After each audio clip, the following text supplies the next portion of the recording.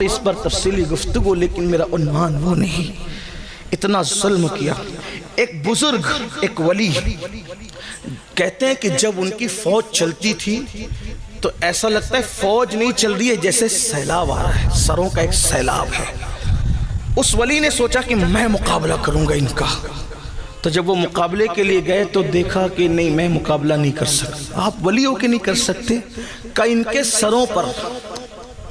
کے سروں پر ولیوں کی روحیں ہیں۔ کن کے سروں پر؟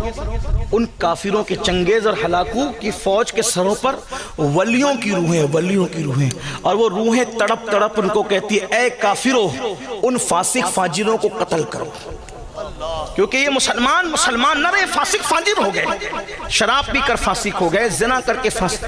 یہ جتنی میری قوم تک میری آواز پہنچ رہی ہے، یہ تو نیک لوگ اللہ والے بیٹھے ہوئے ہیں، لیکن آپ سے کہتا ہوں ہر آدمی اپنے آپ کو بہتر جانتا ہے، میں بھی اور آپ بھی۔ اپنے من میں ڈوب کر سوچو کہ کتنے مسلمان ہو۔ اسلام کہاں ہے ہماری زندگی میں؟ تجارت سے لے کر نماز تک کون سے ہم مسلمان ہیں؟ ہمارے اندر اسلام کتنا ہے؟ ایک یہودی عیسائی جھوٹی قسم کھانے میں، حضرت اگر یہودی کو کہہ دو موسیٰ کی قسم کھائیں، یا وہ عیسائی سے کہہ دو عیسیٰ کی قسم کھائیں، وہ نہ کھائیں گے۔ اور تم 10 روپے کی سبزی اور 200 روپے کی چپل بیچنے کے لیے اللہ کی جھوٹی قسم کھاتے ہو۔ کتنے مسلمان ہو؟ ہنسنے کی بات نہیں۔ ہاں، یہودی اپنا مذہب کسی لڑکی کی بنیاد پہ چھوڑنے کو تیار نہیں، عیسائی اپنا مذہب کسی لڑکے کو دیکھ کر چھوڑنے کو تیار نہیں۔ اور یہ مسلمانوں کا حال ہو گیا کہ اگر کوئی لڑکی خوبصورت نظر آئے تو اپنا مذہب بھی اس کے قدموں میں رکھتے۔ تو کیا ہلاکو چنگیز خان سے زیادہ ظالموں کا تمہیں انتظار ہے؟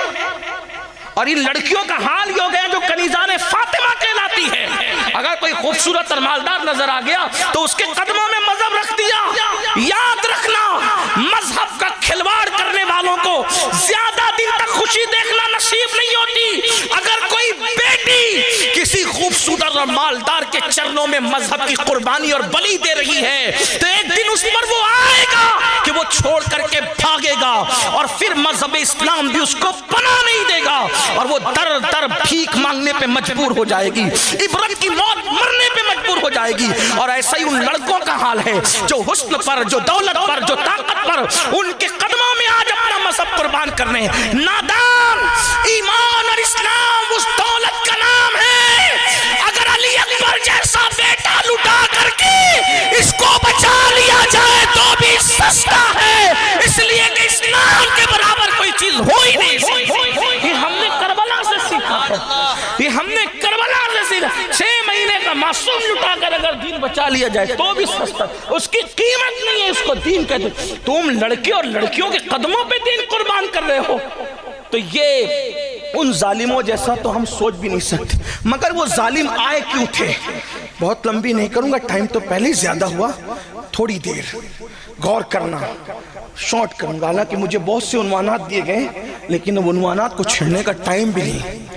اللہ کرے کسی کے دل میں بات اترے۔